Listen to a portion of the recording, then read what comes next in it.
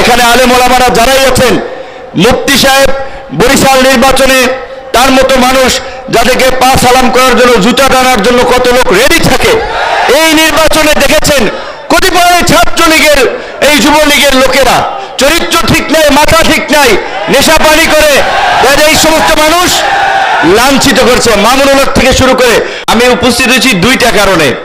একটা হচ্ছে এইখানের কোনো আল্লাহর বান্দার যদি পছন্দ আল্লাহর হয়, তার মোনাজাত, দোয়া এবং নামাজ যদি কবুল করে নেয়, সেই উসিলায় যারা আমারটাও কবুল করে নেয়, এটা হচ্ছে এই একটা অন্যতম লক্ষ্য উদ্দেশ্য।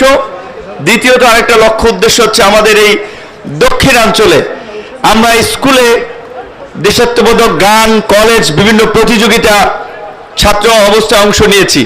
সেখানে গজলের একটা গজল পড়েছিলাম, যে লাইন ছিল, বরিশালের চরমোনাইতে জেগেছে হীরার খনি। যারা আই থিঙ্ক গজল পড়েছেন তারা জানেন।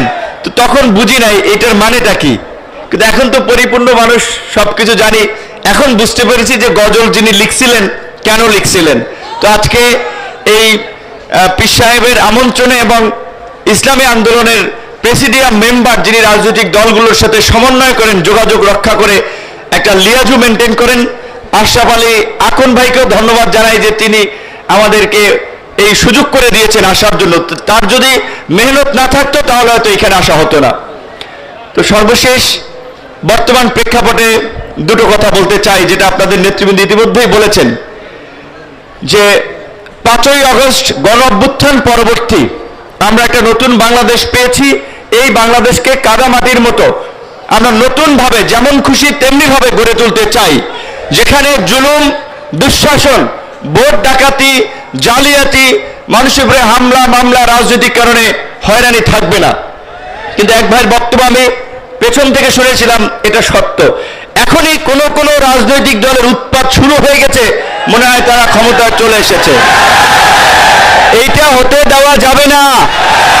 আমি যে কয় জেলায় গিয়েছি, উপজেলায় গিয়েছি, পরিষ্কারভাবে ডিসি, এসপি, ওসি, ইউনোকে বলেছি, বিএনপি, জামাত, ইসলামী আন্দোলন, খেলাফত মজলিস, গণ অধিকার পরিষদ, যেই জেলা উপজেলায় যেই দল সক্রিয় আছে, জেলা উপজেলার সরকারি প্রত্যেকটি কাজে সকল দলের প্রতিনিধিদেরকে নিয়ে আলোচনা করে, মত বিনিময় করে কাজ করবেন।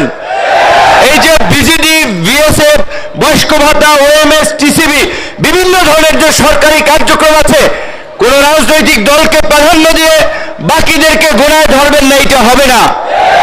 সমস্ত রাজনৈতিক দলের নেতৃবৃন্দ যারা এই গণ অভ্যুত্থানে ভূমিকা রেখেছে, তাদের সাথে আলাপ আলোচনা করে তাদেরকে নিয়ে প্রকৃত যারা ভুক্তভোগী তাদের লিস্ট তৈরি করতে হবে। কোন একক নেতার কথায়, কোন দলের কথায় লিস্ট চলবে না।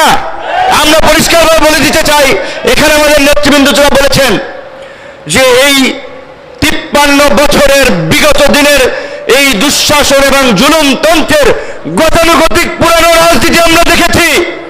আমাদের সামনে সুযোগ এসেছে, সুযোগ আমরা কিভাবে কাজে লাগাবো, কোন প্রক্রিয়ায় যাব, সেটি সিদ্ধান্ত আমাদেরকে নিতে হবে। আমাদের অনেক ভাই এখানে বলেছে, কোন দল, ইসলামিক দলের নাম না থাকুক, কিন্তু মৌলিক বিষয়ে দেশ, জাতি এবং দিনের স্বার্থে যদি একমত হয়, তাদেরকে নিয়ে কিভাবে আগামীতে একটা বৃহত্তর শক্তি আপনার গঠন করে আগামীতে জনগণের সরকার গঠন করা যায়, সেইটি এখানকার সম্মানিত আলেম ওলামা এবং মুরব্বীদেরকে ভাবতে হবে। সুযোগ কিন্তু 53 বছর একবার পেয়েছেন, এই গণ অভ্যুত্থান একবার হয়েছে। কাজে আমি আপনাদেরকে বিনয়ের সাথে অনুরোধ করব, আমাদের ছোটখাটো মতভেদের কারণে এই সুযোগ যেন আমরা হাতছাড়া না করি।